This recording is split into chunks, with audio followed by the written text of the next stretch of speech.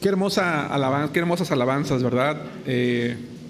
Una alabanza de júbilo, otra alabanza un poquito más tranquila, más callada, pero muy hermosa, ¿verdad? Que tiene que ver con Dios. Vamos a inclinar nuestros rostros, hermanos, y vamos a orar por el mensaje de este día. Vamos a orar. Padre Santo, nos alegramos y nos gozamos, Señor, el día de hoy, porque hemos llegado hasta tu casa, nos has traído. Has puesto en nosotros el querer como el hacer, de acuerdo a tu buena voluntad, y te agradecemos por ello. Bendice, Señor, la exposición, la predicación de tu palabra. Prepara nuestra mente y nuestro corazón, Señor. Danos sabiduría para que juntos aprendamos más de ti, y que de esa manera correspondamos, como dice el canto, a ese amor que tú nos das, y que, Señor, podamos estar haciendo tu voluntad hasta que tú regreses, Padre Santo. Bendice a cada una de las personas que están conectadas también a la transmisión en vivo, y que todos seamos bendecidos por tu palabra. En el nombre de Cristo Jesús. Amén. Amén. Vamos a abrir nuestras Biblias, por favor, hermanos, en el Evangelio de Mateo, capítulo 3. Estamos estudiando una serie que se llama Las Parábolas de Jesucristo. Estamos estudiando una serie que se llama Las Parábolas de Jesucristo. El propósito de las parábolas, hermanos, era obligar a los oyentes de Jesucristo a pensar, a reflexionar, para poder comprender acerca del reino de los cielos. Pero no solamente eso, el propósito era que sus adversarios no comprendieran su palabra. No porque era incomprensible, sino porque estaban buscando alguna palabra para acusarle, para matarle. Hemos dicho que él empezó a utilizar las parábolas muy probablemente a partir del tercer año de su ministerio. Hay quien dice que lo empezó a hacer a finales del segundo año. Está bien, no hay ningún problema. A finales del segundo año la popularidad de Jesucristo había venido en declive. Ya las multitudes no lo seguían. No porque él hubiera hecho algo malo, sino porque los fariseos, los saduceos, todos los judíos habían, a donde quiera que Jesús iba, iban detrás de él e iban influenciando negativamente a la gente para que ya no lo escuchara, para que ya no creyera en él. Y lamentablemente la gente empezó a hacer caso a los maestros, y llegó el momento en el que esa intención de matarlo, esa manera negativa de ver a Jesús, fue contagiada y fue recibida por las personas que lo seguían. No obstante, él no dejó de enseñar, lo hizo, y lo hizo de manera más contundente, pero ahora lo hizo a través de las parábolas para, insisto, obligar a sus oyentes, a aquellos que de verdad tenían hambre de aprender, pusieran sus sentidos para comprender. El propósito de las parábolas es dar una palabra dirigida a aquellas personas que de verdad tienen hambre de Dios. La palabra de Dios, la predicación, todas las predicaciones van guiadas a ese tipo de personas, a las que tienen hambre de Dios, a las que llegamos a la iglesia con el deseo de aprender, de ser instruidos, de conocer. Por eso cotidianamente pregunto, ¿me estoy explicando? ¿Hay alguna duda? ¿Hay alguna pregunta?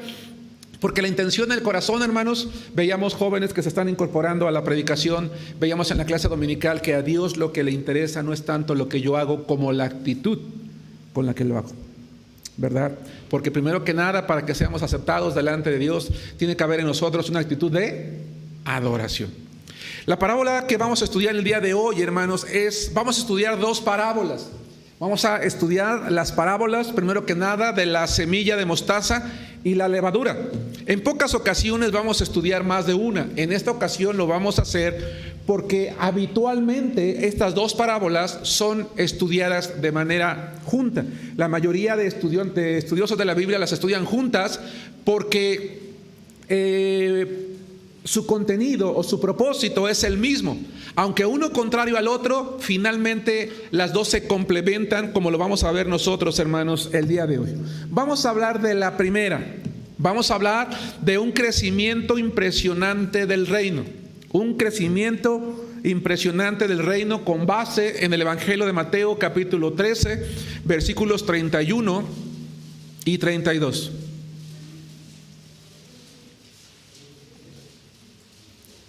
Mateo capítulo 13, versículos 31 y 32. Y aunque la parábola está abarcada quizás un verso más, vamos a leerla también en Lucas. Esta parábola se encuentra tanto en Lucas como Marcos y Mateo, pero vamos a utilizar únicamente Mateo y Lucas.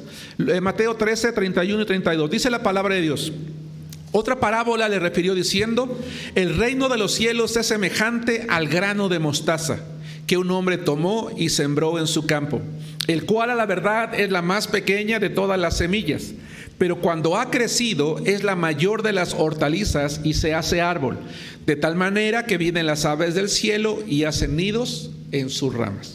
Vayan a Lucas, por favor. Vamos a leer la misma parábola, pero hay un detalle que Lucas comenta en la que hace un énfasis que Mateo no hace. Dice Lucas capítulo 13, versículo 18 y 19 lo siguiente. El título de hoy es Las parábolas de la semilla de mostaza y la levadura. Dice Lucas 13, 18: y dijo: ¿a qué es semejante el reino de Dios? ¿Y con qué lo compararé? Es semejante al grano de mostaza que un hombre tomó y sembró en su huerto y creció y se hizo árbol grande, y las aves del cielo anidaron en sus ramas. Hermanos, es importante cuando estudiamos las parábolas, cuando estudiamos la Biblia, que nos planteemos siempre la siguiente pregunta: ¿por qué Jesucristo dio esta enseñanza? ¿Por qué Jesucristo dio esta parábola? Tenemos que plantearnos esa pregunta, ¿verdad? Para poder entender la razón o el propósito. ¿Por qué Jesucristo sintió la necesidad de dictar las parábolas de la semilla de mostaza y de la cizaña?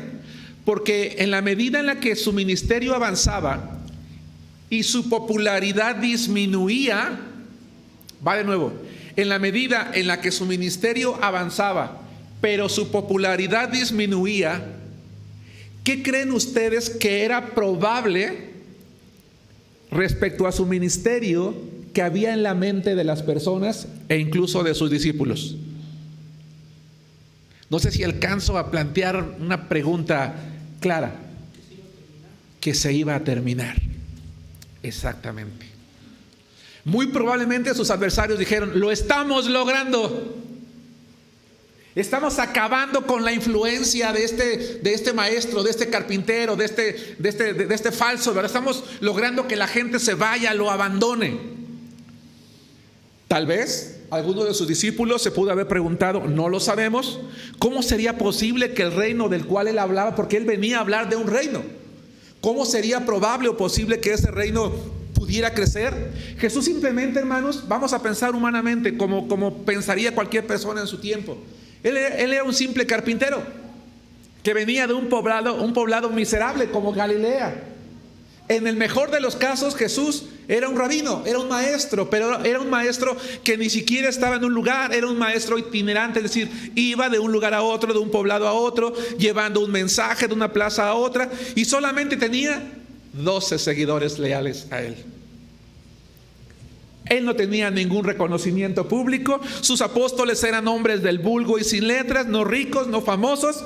¿Qué se podía esperar realmente?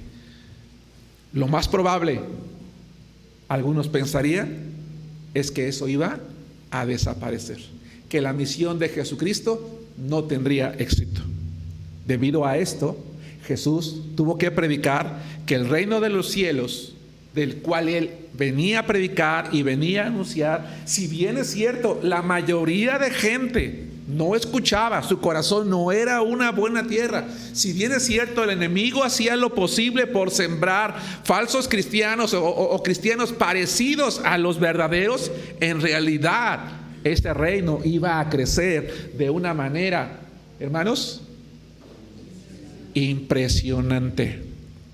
Más de una vez Jesucristo, hermanos, se valió de la semilla de mostaza, que era muy conocida en ese entonces, para utilizarla como un ejemplo de aquello que tiene la capacidad de crecer hasta alcanzar un tamaño impresionante. Por ejemplo, vayan sin perder Mateo, si lo encuentra rápido, entonces muévase de esa manera a Lucas capítulo 17, versículo 5. Entonces, hermanos, las enseñanzas de Jesús no eran casuísticas, no eran ¿qué les diré hoy? ¿Qué les enseñaré ahora? ¿Qué predicaré? No, él tenía muy claro en su mente.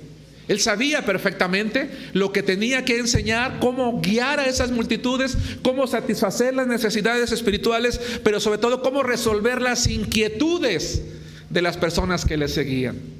Muy probablemente tu joven, señorita, su servidor y a las personas mayores como yo, sigamos teniendo inquietudes todavía respecto al reino de los cielos, respecto a Dios. Vea la Biblia, vea la palabra de Dios. Él ha dado suficiente enseñanza allí como para responder a las inquietudes que ustedes y yo podamos tener. Porque tal vez un día te has preguntado, ¿valdrá la pena ser cristiano?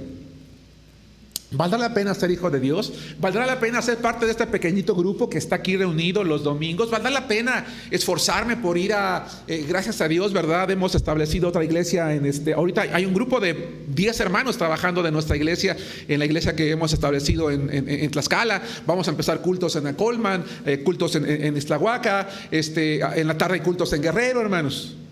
¿Vale la pena? Realmente algo tan pequeñito puede lograr que unas cuantas personas, y no quiero menospreciar respeto a quien está conectado a nuestra transmisión, esté allí, que tengan unas cuantas reproducciones en nuestras predicaciones. Realmente vale la pena ante un mundo tan grande. Esto realmente somos parte o seremos parte algún día de algo realmente impresionante. Creo yo que son preguntas válidas que se pudo haber planteado la gente del tiempo de Jesús y que probablemente nosotros nos hemos planteado también, hermanos, el día de hoy.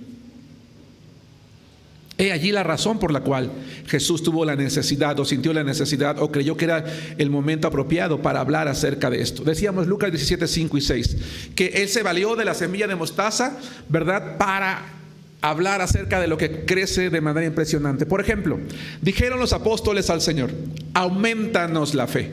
Entonces el Señor dijo: si tuvieras fe como un grano de mostaza, podrías decir a este sicómoro: desarráigate y plántate en el mar, y os obedecería. ¿De qué está hablando Jesús? Del perdón. ¿Cuántas veces tengo que perdonar a mi hermano? ¿Hasta 7? No, hasta 70 veces 7. O sea, tienes que perdonar. Si toda la vida tu hermano está pecando contra ti, toda la vida tienes que estarlo perdonando, dice Jesús. Y los discípulos dicen: wow. No, pues aumentanos la fe. Porque para poder perdonar toda la vida, de verdad auméntame la fe. Y dice Jesús: si tan solo la tuvieran como un grano de mostaza. Y a veces equivocadamente algunos cristianos decimos: pues Señor, dame una fe chiquita, aunque sea como un grano de mostaza. No, hermanos, Él no está hablando de una fe chiquita, está hablando de algo que crece grande hasta convertirse en la mayor de las hortalizas, en algo grande. La mostaza, hermanos, tiene varias peculiaridades. Quiero mencionarlas el día de hoy. ¿Sabían ustedes, hermanos, que la mostaza puede un grano de mostaza prácticamente puede crecer donde sea? En ambiente seco, en ambiente húmedo, en ambiente salino, en la arena, en los valles, en el desierto, donde sea. Tiene la capacidad de crecer la mostaza. Es muy pequeñita. Aproximadamente unas 3.500 semillas de mostaza son suficientes para un gramo. Miles de semillas se necesitarían para 1 kilo de mostaza. Es muy pequeñita. Su crecimiento es muy lento, pero llega a convertirse en la mayor de las hortalizas. 3 o 4 metros de altura de esa pequeña semilla. Pero Lucas comenta algo. Dice que no solamente la semilla de mostaza, que el reino de los cielos es como una semilla de mostaza que tiene la capacidad de convertirse en un árbol, sino que habla de algo que sale de lo normal. Porque Lucas dice: crece y se hace un árbol grande. Es decir, que el reino de los cielos, del cual está predicando el Señor Jesucristo, iba a llegar un momento en que iba a crecer tanto que iba a romper el esquema de ser simplemente un árbol, de ser simplemente algo grande, sino que iba a crecer de tal manera que iba a ser algo muy grande, Porque así como la semilla de mostaza, hermanos, tiene la capacidad de crecer donde quiera que es sembrada, el evangelio tiene la capacidad de ser predicado a cualquier persona, de cualquier índole, de cualquier... en realidad se dice que es incorrecto hablar de varias razas humanas, porque el ser humano es uno y se debería decir únicamente raza humana. Pero cuando uno va a la escuela habla uno de las diferentes razas que hay. Puede predicarse en cualquier raza, cualquier color, hombres, ricos, pobres, cultos, incultos, y va a dar fruto.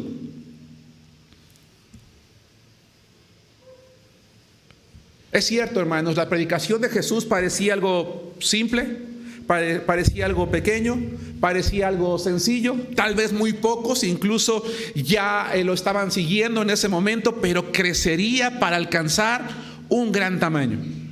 Un tamaño muy, muy grande. ¿Sabían ustedes, hermanos, que cuando Jesucristo estaba aquí en la tierra, Él vino a cumplir muchas profecías dichas por Él? Perdón, me regreso, corrijo. ¿Sabían ustedes que cuando Jesucristo estuvo en la tierra, vino a cumplir muchas profecías que hablaban de Él? Sí, claro que sí. Aquellos que hemos leído la Biblia sabemos que hay muchas profecías que hablaban de Jesucristo, pero hay una en particular que decía que iba a venir alguien a quien se le llamó un pequeño renuevo, que iba a venir e iba a establecer un reino inmensamente grande. Así que muy probablemente la parábola que Jesucristo está usando la dio para recordarle a los suyos la promesa que había respecto a Él. Acompáñenme al Antiguo Testamento, al libro de Ezequiel, capítulo 17. El profeta Ezequiel, uno de los más grandes profetas antiguo testamentarios, hermanos, también dijo una parábola. Jesucristo no fue el único que usó parábolas. Algunos profetas también la usaron. Natán, por ejemplo, usó parábolas. Ezequiel usó por lo menos una. Esta parábola se conoce como la parábola de las águilas y la vid. Y vean lo que dice Ezequiel 17, 1 y 2 y 22 al 23. No la vamos a leer toda. En el Antiguo Testamento, hermanos, había una profecía muy interesante. Dice Ezequiel 17, 1 y 2. Vino a mí palabra de Jehová diciendo: Hijo de hombre, propón una figura y compón una parábola a la casa de Israel. Versículo 22. No nos da tiempo de leerla toda, usted puede leerla en su casa. Me interesa la parte que voy a señalar. Así ha dicho Jehová el Señor: tomaré yo del cogollo, es decir, un renuevo. Hermanos, si ustedes cortan un árbol, corten completamente un árbol, córtenlo completamente, pero dejen el tronco. O poden completamente un árbol, ¿y qué va a pasar? Van a salir cogollos, renuevos. Arranquen uno y siémbrenlo y va a crecer. Es lo que significa esto. Dice: tomaré yo del cogollo de aquel alto cedro, un árbol muy fuerte, muy grande, y lo plantaré.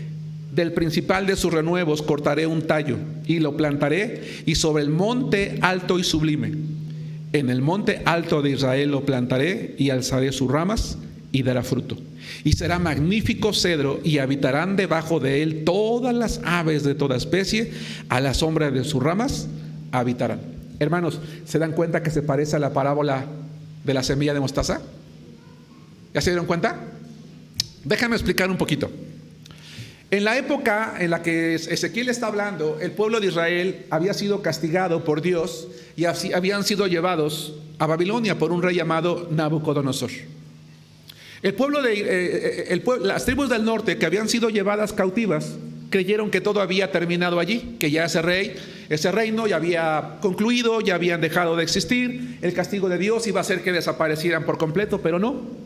Dice Dios a través del profeta Ezequiel que iba a tomarlos, los iba a regresar, y que el castigo con el tiempo se iba a convertir en bendición, y que iba a tomar un renuevo de ellos como nación, iba a tomar un renuevo con el cual un día iba a formar un gran reino. Aquellos hermanos que han leído el Antiguo Testamento, ¿a quién se refería con el término renuevo? Al Mesías, a Jesucristo. Ezequiel está diciendo al pueblo de Israel que un día va a tomar un renuevo de David, se le llama en la Biblia, es el Mesías, iba a venir, iba a estar entre ellos e iba a establecer un reino impresionante. Así que lo que Jesús le está enseñando a sus discípulos es que había llegado la hora en que se cumpliera la palabra dicha por el profeta. De tal manera que los discípulos en ese momento, cuando escucharon la enseñanza de Jesucristo, que el reino de los cielos era como un grano de mostaza que iba a crecer, que iba a crecer hasta ser muy grande, porque iba a cumplirse la promesa, hermanos, o la profecía de Ezequiel. ¿Qué creen ustedes que hayan sentido en su corazón los discípulos? Pregunto. No sé si me expliqué con la pregunta o si la estoy planteando correctamente. Los discípulos estaban entendiendo la parábola. El reino de los cielos iba a crecer de manera impresionante. Jesús, ¿verdad? Muy probablemente refiriéndose a la profecía de Ezequiel, les está diciendo que ha llegado la hora, ¿verdad? Él es ese renuevo que va a ser plantado, que va a establecer un reino, tal como lo dijo Ezequiel, que va a crecer de manera impresionante. ¿Qué creen ustedes que hayan sentido los discípulos de Jesús en ese momento, hermanos? Pregunto.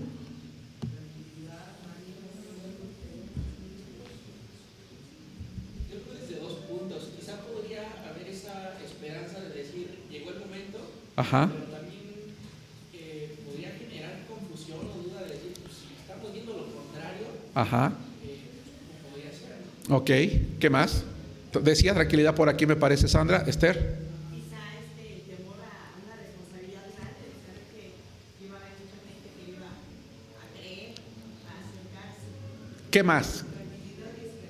Tranquilidad, esperanza, ¿qué más? ¿Qué más pudo haber provocado el saber que ese reino, que había llegado la hora en que se cumpliera y que iba a crecer muy grande? ¿Perdón?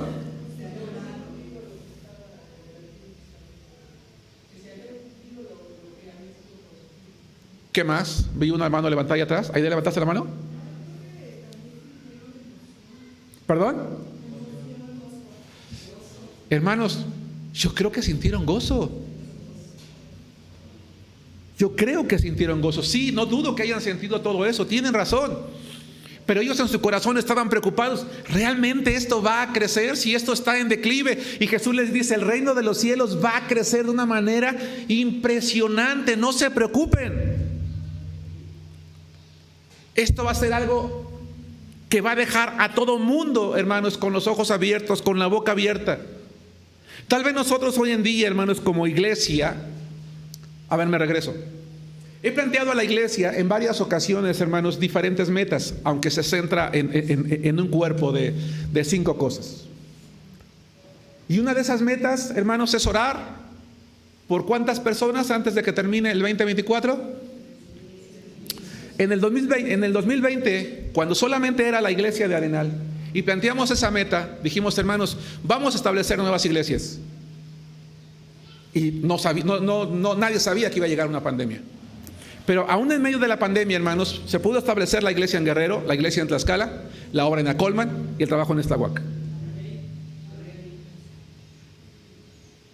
Hemos ganado personas para Cristo, estamos trabajando en 4 lugares diferentes. Y la meta, yo les decía, vamos a orar al Señor para que llegue un día en que podamos por lo menos establecer una iglesia cada año y que podamos multiplicarnos, ¿verdad? Que haya predicadores, que haya pastores, que haya maestros y que ganemos multitudes. Y tal vez alguno puede pensar, como que no me suena lógico. ¿Realmente podemos orar por algo tan grande como eso? ¿Es algo que realmente nuestra pequeña iglesia puede lograr, puede alcanzar, puede hacer? Arenal es capaz realmente un día de establecer una obra en la cual podamos decir, hermanos, lo hemos llenado todo del evangelio, hemos dejado un rastro que otras iglesias pueden seguir un testimonio porque hemos plantado iglesias por todo lugar. Realmente se puede. Muy probablemente algunos, incluso que están aquí sentados, estén convencidos, no, yo no creo que eso se pueda. Y que tal vez cuando su servidor como pastor dice, hermanos, vamos a trabajar, vamos a orar, vamos a hacer, dice, ay sí, ya sé. Hermanos, Jesucristo prometió que el reino de los cielos crecería de una manera impresionante, hasta convertirse en un gran árbol. Con la semilla de mostaza, todo lo que se tiene que hacer es sembrarla para que crezca. Por eso dije hace rato que prácticamente crece en aquel lugar. Y lo mismo pasa con el Evangelio. El Evangelio simplemente hay que sembrarlo, simplemente hay que predicarlo. ¿Por qué? Porque nosotros, hermanos, estamos muy preocupados por el crecimiento. Pero el crecimiento, hermanos, no nos corresponde a nosotros. Pero a pesar de eso, hagamos un poquito de memoria. Desde la época de Jesucristo al día de hoy han pasado aproximadamente 2000 años. El Evangelio ha sido escuchado y creído por millones de personas en el mundo, hermanos. Millones de personas desde que Jesucristo vino al mundo, murió y resucitó, no solamente han escuchado, sino han creído en Él. Ahorita ustedes y yo estamos aquí, pero por lo menos en la parte del mundo donde es de día y probablemente donde es de noche, no lo sé, habemos iglesias en todas partes. Personas como ustedes y como yo, sentados escuchando la palabra, predicando, alabando al Señor. No somos los únicos, hermanos. Hay cientos de miles, en México hay cientos de miles de personas que ya escucharon el Evangelio, que ya creyeron. Y hay personas en otros países que ya creyeron, hermanos. Somos parte no de algo pequeñito, no de algo que va de paso. Somos parte de algo grande, impresionante, maravilloso, del reino de Dios. Aquí hay una pequeña parte. Pero un día esos millones van a ser vistos, perdón por el pleonasmo se dice, los veremos con nuestros propios ojos en el cielo.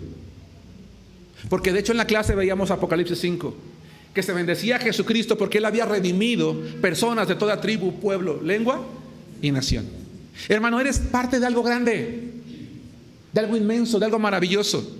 Algunas personas hemos tenido, hermanos, la oportunidad de trabajar en grandes instituciones. Y nos sentimos orgullosos de ello. Hace unos días, hermanos, no sé de dónde lo sacó mi esposa, encontró un fistol que yo usaba cuando trabajaba en el banco, hermanos. Y he dicho muchas veces que ya no debería dar de mi pasado porque hace tantos años, pero cuando yo trabajaba en el banco, hermanos, yo me sentía orgulloso de trabajar ahí. Está mal que lo diga, pero tenía puesta la camiseta. Aquí están mis hijos que lo sufrieron. Yo moría por el banco, vivía allí. Y a la fecha todavía eventualmente me sueño en mi oficina, en mi despacho, ahí trabajando, hermanos. Porque sentía que era parte de algo importante, pero eso era insignificante, desapareció en un momento. La crisis financiera hizo que desapareciera y ya no estuviera. Eso se fue, eso es de paso.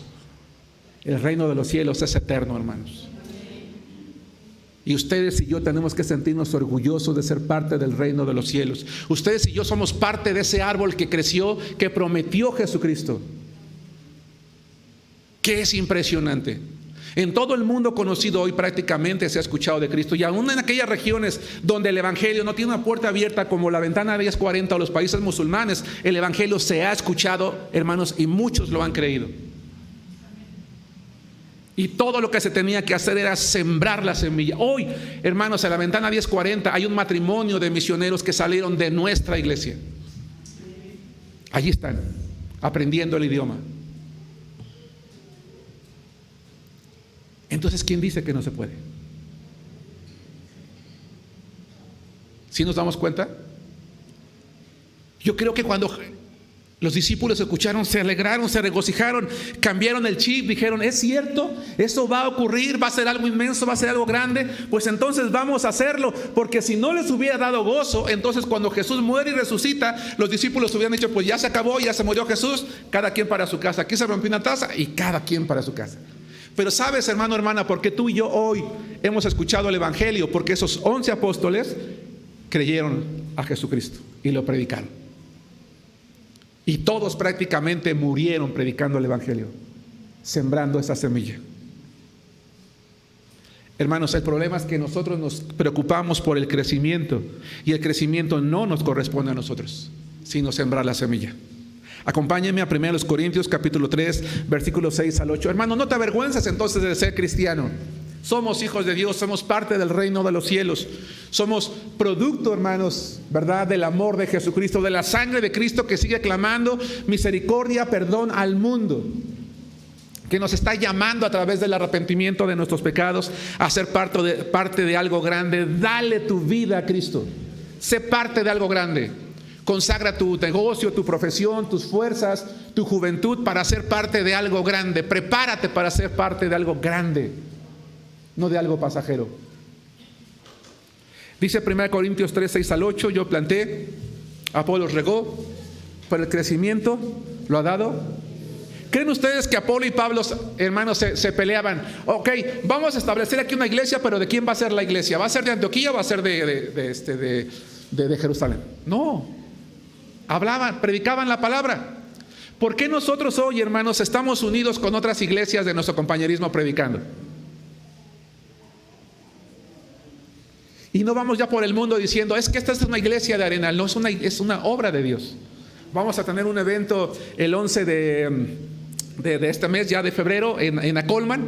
Hermanos, la iglesia ya rentamos un lugar. La iglesia de Cuautitlán va a pagar la mitad. Nosotros, una persona de nuestra iglesia va a pagar una tercera parte. De nuestra tesorería va a salir una tercera parte.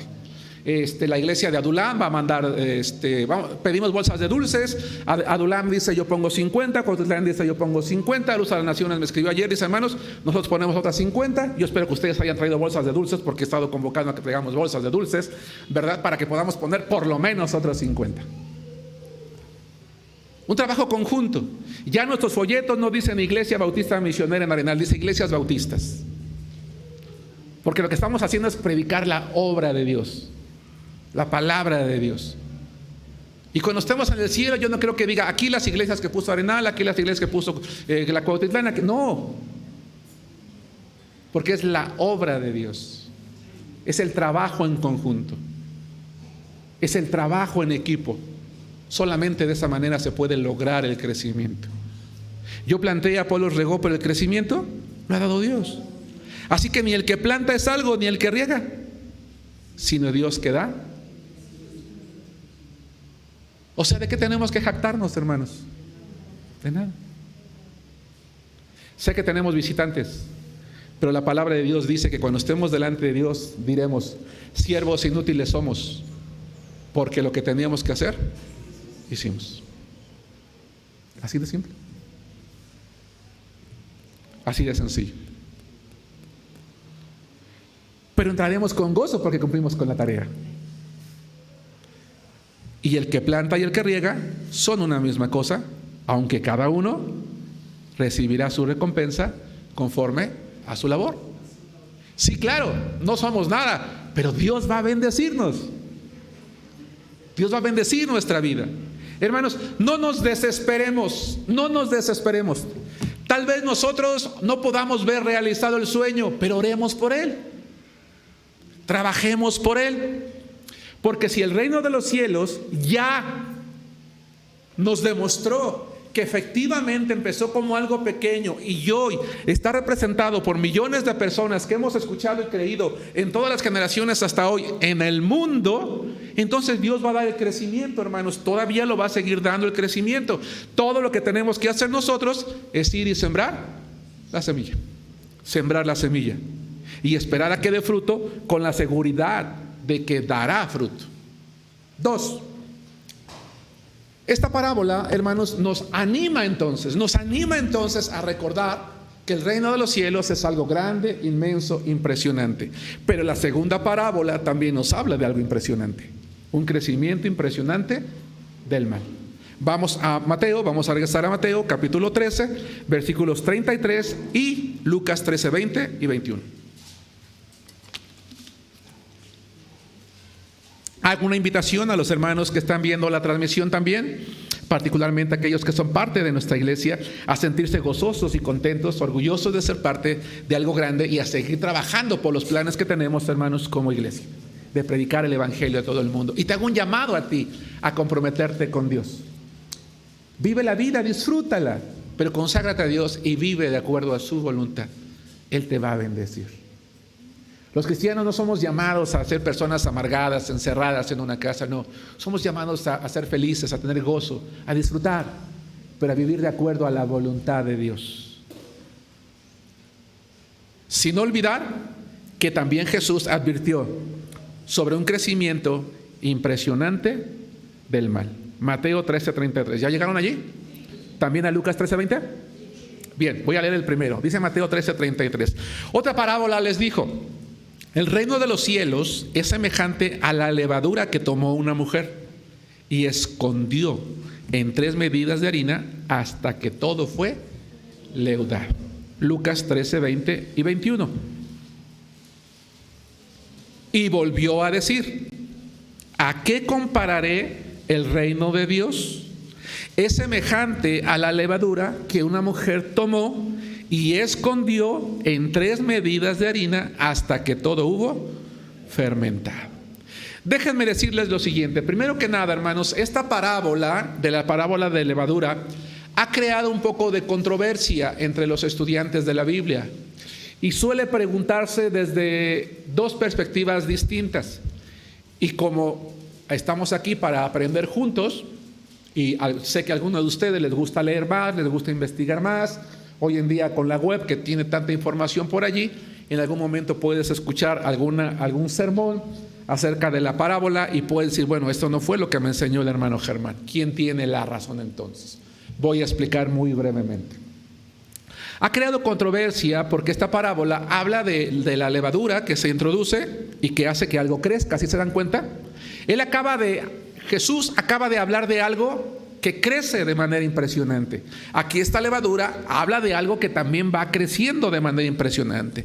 De tal manera que hay quien dice que la levadura representa, o la fe en el corazón de las personas, que va creciendo hasta convertirse en algo grande, o bien dicen algunos que representa al Espíritu Santo. Dicen, la parábola de la semilla de mostaza habla del crecimiento externo, de que se ve. Y dicen, la parábola de la levadura habla del crecimiento interno, del que no se ve, del que da el Espíritu Santo en el corazón de las personas, que infla la fe, que la hace crecer hasta hacerla algo grande. Y entonces dicen, ¿verdad? Hay que darle gracias a Dios por el Espíritu Santo, porque Él nos va a llevar hasta la madurez a aquellos que creamos y que crezcamos en Él. Eso no suena mal, suena bien. El problema es que cuando uno estudia la Biblia, uno debe de estudiarla sistemáticamente. ¿Qué es el estudio sistemático? El estudio sistemático de la Biblia es aquel estudio que se hace de la Biblia, hermanos, en todo su contexto. Es decir, para que yo pueda interpretar un verso o una ilustración, hay ciertas reglas. Una de las primeras reglas para estudiar la Biblia es la primera mención. Lo enseñé hace poco en la clase dominical. Es decir, cuando yo quiera establecer una doctrina, una enseñanza, tengo que ir a la Biblia a través del estudio sistemático, que es leer toda la Biblia para ver cuándo se menciona por primera vez, y si una vez que se ha mencionado, se repite de manera consistente la misma enseñanza. Si hay algún momento en el que algo cambia, entonces ya no puedo establecer una doctrina ni decir que siempre va a representar lo mismo. Ejemplo, la semilla. En la primera parábola, ¿qué simbolizaba? El Evangelio. En la segunda parábola, ¿qué simbolizaba? Las personas. ¿Hay consistencia? No hay consistencia, porque representa cosas distintas. Sería un error que yo dijera, en todas las parábolas la semilla representa el Evangelio, porque es incorrecto. No hay una consistencia. La otra, cuando yo encuentro una ilustración, debo de ver qué aplicación se le da. Y si es consistente, debo de mantenerla, debo de respetarla. Pero si cambia en uno y otro lugar, entonces tengo que aprender a interpretar esa aplicación con base en el contexto donde está mencionada. Y entonces, al hacer un estudio sistemático de la Biblia, nos damos cuenta que en toda la Biblia, la levadura es símbolo de pecado y de corrupción. En toda la Biblia, la levadura es símbolo de pecado y de corrupción de la obra de Dios. En segundo lugar, dice que la mujer tomó la levadura y ¿qué hizo con ella? La escondió, la metió a escondidas. Y en la parábola anterior, hermanos, aprendimos que Jesucristo predicaba a escondidas. ¿Quién es el que trabajaba a escondidas? El enemigo. Vino a escondidas y sembró cizaña. El ministerio de Jesús no se trabajó a escondidas. Él trabajaba, yo lo dije, a la luz pública. Entraba al templo, entraba a la sinagoga, entraba donde él no se escondía. A pesar de que empezó a hablar por parábolas, él predicaba a la luz donde todo mundo podía verlo. Nunca el evangelio es algo que se ha tenido que hacer oculto, escondidas, para que los demás no lo vean de noche. No. Sí, esta parábola sí habla, hermanos, del crecimiento. Sí es símbolo de crecimiento, pero no de lo bueno, de lo malo. De aquello que se introduce y que puede afectar a aquello donde se encuentra. Hermanos, los judíos tenían estrictamente prohibido usar levadura en todas las ofrendas y sacrificios a Dios. Ojo, hay por allí en el Antiguo Testamento, en Levítico, un par de menciones, quizás una en Éxodo, donde se permite comer un pan leudado, pero no para ofrenda o para sacrificio.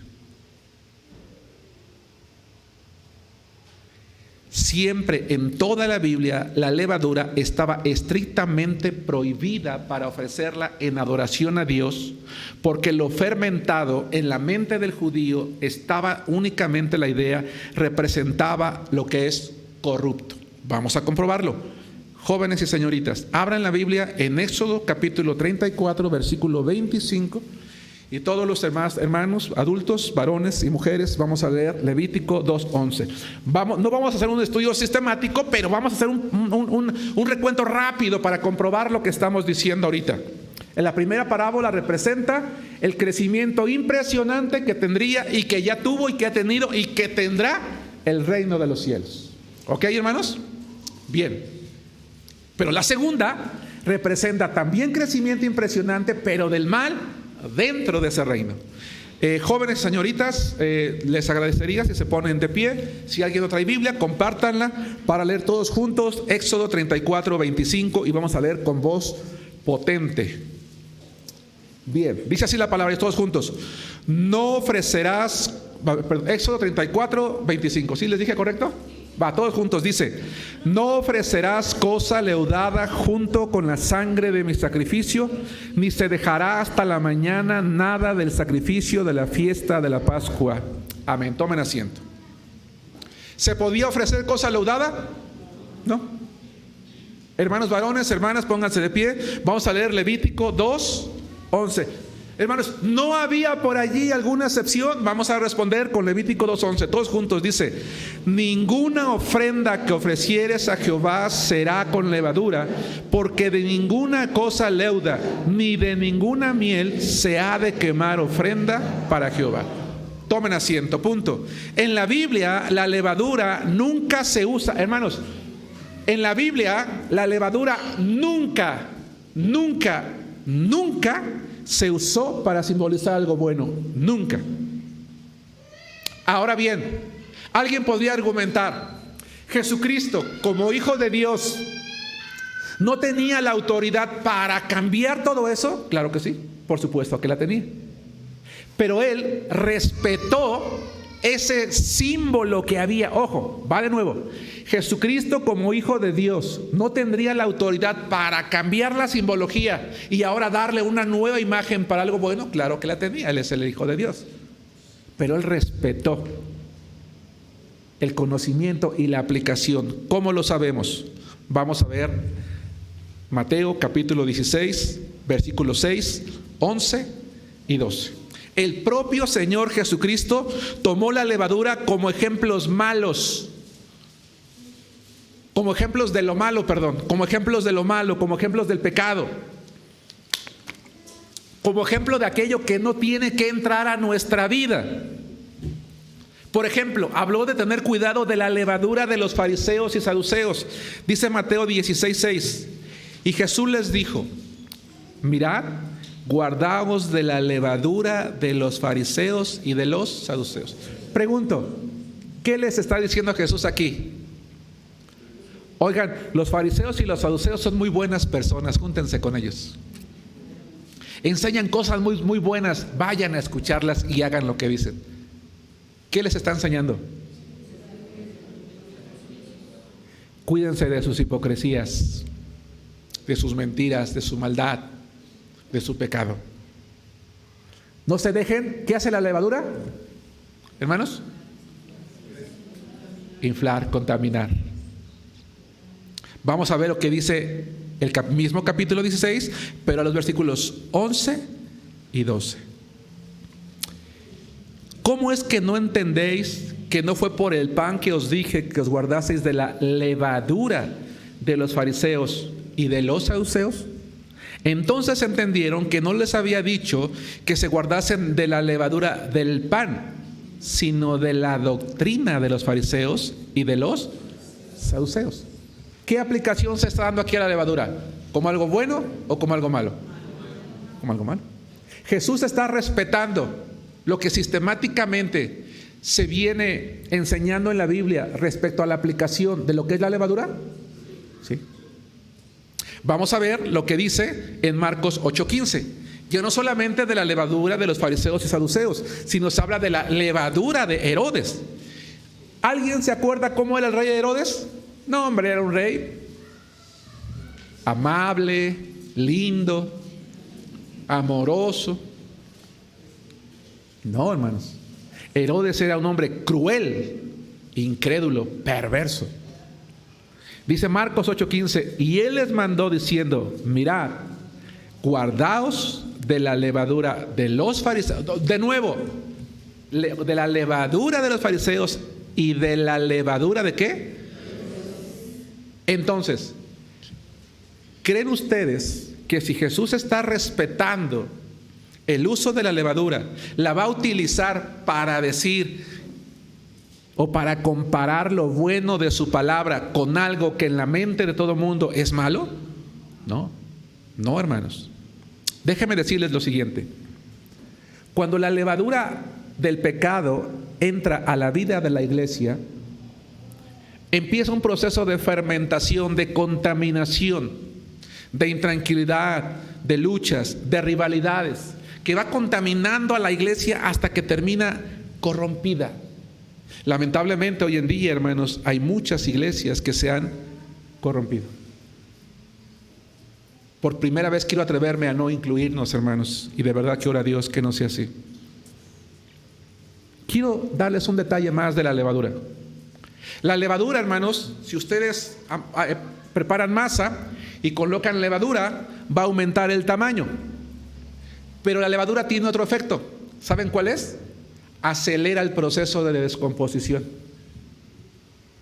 Así que si ustedes hacen un pan con levadura, tal vez sea más grande y probablemente más suave, pero se va a echar a perder muy rápido. Un pan con levadura no es un pan de buena calidad, hermanos. Es un pan de mala calidad, porque la levadura va a hacer que se descomponga muy rápido. ¿De dónde podemos interpretar entonces que la harina que la mujer escondió es el Espíritu Santo que va a hacer crecer algo bueno en nosotros? Cuando lo que está diciendo que la levadura lo que hace es, donde entra, corrompe, acelera el proceso de descomposición, trae algo malo. No, la levadura, hermanos, el pecado cuando entra a la iglesia trae depravación, inmoralidad, ensucia la santidad, hermanos, de la iglesia. Acompáñenme a 2 Corintios capítulo 2, versículo 17.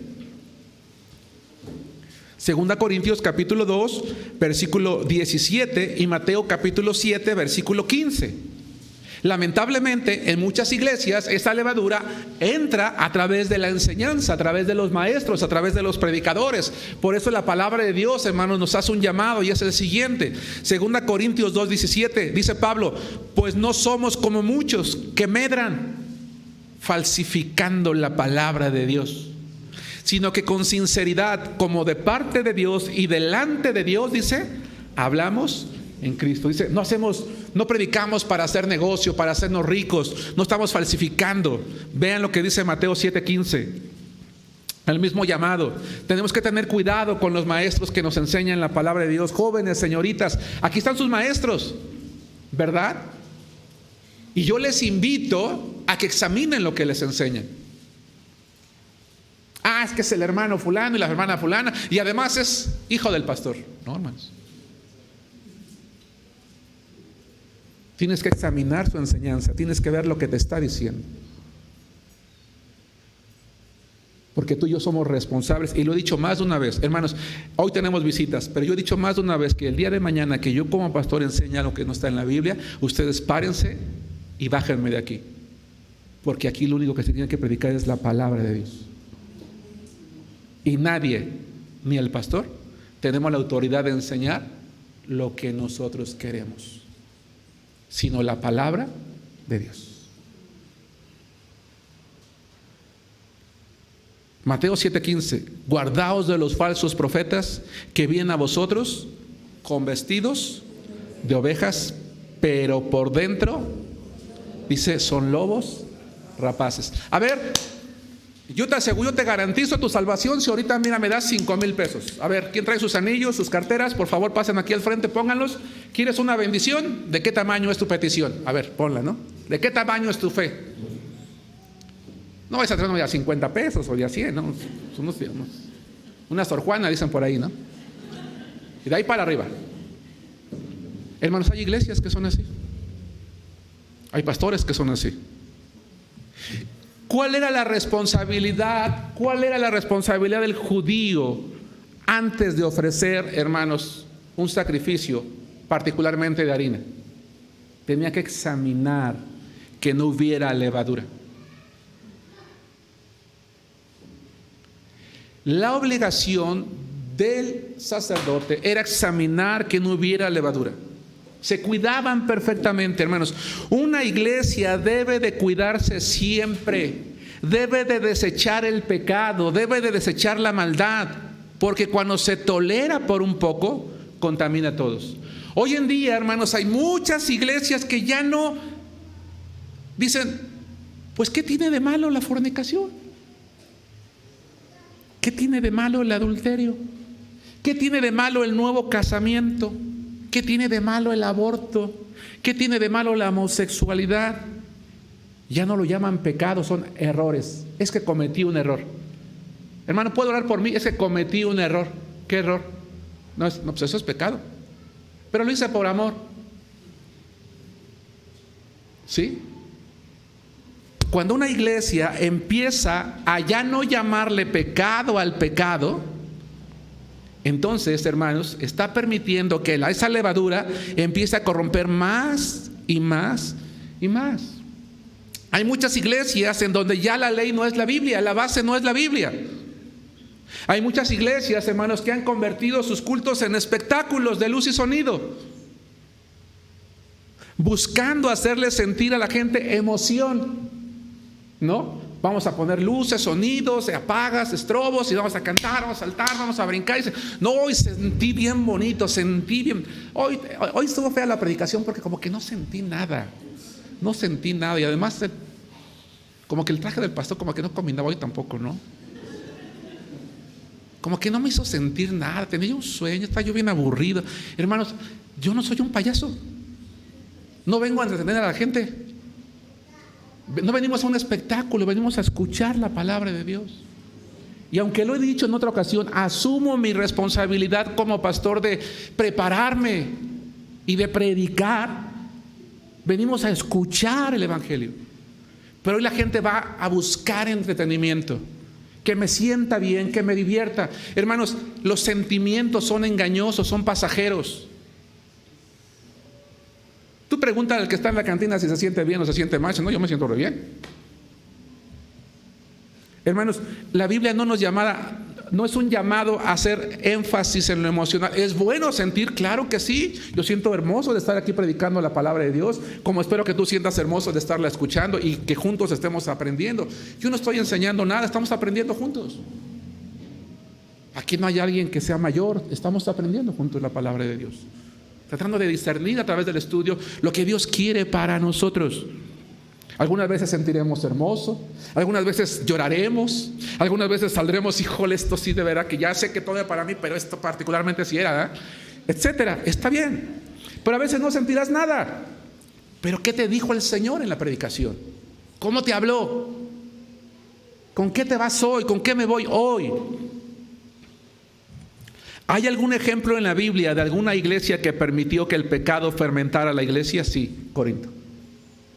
La iglesia de Corinto, hermanos, empezó a tener división, inmundicia moral, crítica, avaricia, competitividad para mal entre los miembros, mal uso de los dones espirituales, aceptaban la fornicación, el adulterio, los falsos apóstoles. Por eso Pablo les hace un llamado. Acompáñenme, que estoy por terminar. 1 Corintios capítulo 5, versículo 6. Hermanos, el mal es algo. Escucha esto, hermano. El mal, escucha esto por favor. El mal que hay en el mundo no es algo que un día se va a acabar. No, es algo que entre más tarde Jesucristo en venir, va a crecer mucho más. Mucho más, lamentablemente. La Biblia dice que el hombre se esfuerza incluso en inventar nuevas perversidades. Ahora, no quiero desalentarte. Esta parábola no fue dada por Jesucristo para desalentarnos. Oye, Señor, es que nos mandas a predicar tu palabra y dices que el reino va a crecer como la semilla de mostaza y que va a ser muy grande, pero me estás diciendo que lo malo también va a crecer a la par. Sí, a la par. Pero en medio de eso, el evangelio va a crecer. Y yo me atrevería a decirte que si tú piensas, no, a esa colonia no vamos a ir porque es la más peligrosa, pues precisamente por eso, porque necesita de Cristo. ¿Sí nos damos cuenta? Precisamente por eso tenemos que ir, para predicar de Cristo, para que la luz del evangelio entre al corazón, porque el Señor ha prometido que todo lo que tenemos que hacer es sembrar la semilla. Dice 1 Corintios 5:6, no es buena vuestra jactancia. Hermanos, pregunta rápida, perdónenme, de repente pregunta rápida. ¿Qué aplicación le dio Jesucristo a la levadura? ¿Buena o mala? Símbolo del pecado, corrupción. El estudio sistemático me obliga a ver si desde el principio tiene la misma aplicación. ¿Hasta ahorita la tiene? Vamos a ver ahora la aplicación que tiene en las epístolas. Vamos a ver un ejemplo. 1 Corintios 5, 6 al 8. No es buena vuestra jactancia. ¿No sabéis que un poco de levadura leuda toda la masa? Limpiaos pues de la vieja levadura, para que seáis nueva masa, sin levadura como sois, porque nuestra Pascua, que es Cristo, ya fue sacrificada por nosotros. Así que celebremos la fiesta, no con la vieja de levadura, ni con la levadura de malicia y de maldad, sino con panes sin levadura, de sinceridad y de verdad. El llamado de Pablo, estamos en Corintios, vamos a 2 Corintios, capítulo 5, 2 Corintios, capítulo 11, versículo 2. Insisto, el Señor no tiene la intención de desanimarnos, al contrario, de motivarnos como iglesia a cuidarnos, a ser celosos. Hermano, yo te invito no solamente a sentirte orgulloso de ser cristiano, sino a ser celoso de tu iglesia. Dice 2 Corintios 11:2, porque os celo con celo de Dios, pues os he desposado con un solo esposo para presentaros como una virgen pura a Cristo. Pablo, metafóricamente, está comparando a la iglesia ¿con qué, hermanos? Con una novia que está esperando al novio, que ¿quién es? Cristo. Y dice, así como una mujer cuida su virginidad para estar pura para su esposo, la iglesia debe de mantenerse pura, sin pecado, para Jesucristo. Conclusión. Tenemos que hacer la obra, hermanos. Sintámonos orgullosos de ser parte del reino de los cielos. La tarea es grande, es inmensa, es retadora, y eso es lo emocionante de eso. Vamos a hacerla, vamos a trabajar. Involúcrate, hermano, involúcrate en la obra. Siéntate orgulloso de ser parte del reino de los cielos, pero ten cuidado, no juegues con el pecado, no juguemos con él, no lo aceptemos en la iglesia. Y cuando aparece, hay que disciplinar a aquel que lo está practicando, así sea tu amigo, tu hermano con el que te llevas. Porque muchas veces cuando vamos a disciplinar a alguien, no, yo no levanto la mano porque es que es el hermano con el que siempre me tomo mi cafecito, con el que como, es que no. No. La disciplina tiene que ocurrir por la santidad de la iglesia. Si hay un momento en el que tiene que haber unidad en una iglesia, ¿saben cuándo es? Cuando se disciplina. Pero muchas veces el pastor, es que el pastor lo quiere disciplinar porque... No es el pastor. La Biblia dice que hay que disciplinar cuando una vida se está viviendo en abierta rebeldía y pecado, porque un poco de levadura leuda toda la masa. Yo podría ser la causa de que toda la iglesia esté en pecado si ustedes me permiten vivir en pecado y no me disciplinan. El pecado, para que crezca, solamente tiene que entrar. La levadura no se tiene que amasar, se tiene que colocar nada más y crece. El pecado solamente tiene que entrar, y si es permitido, destruye a la iglesia. Y una de las oraciones que tenemos para con nuestra iglesia, ¿cuál es? Que seamos una iglesia que permanece hasta que Cristo venga. Y esa es tarea nuestra, de que así sea. Mantenernos como una virgen pura hasta la venida de Cristo. Dios les bendiga, hermanos.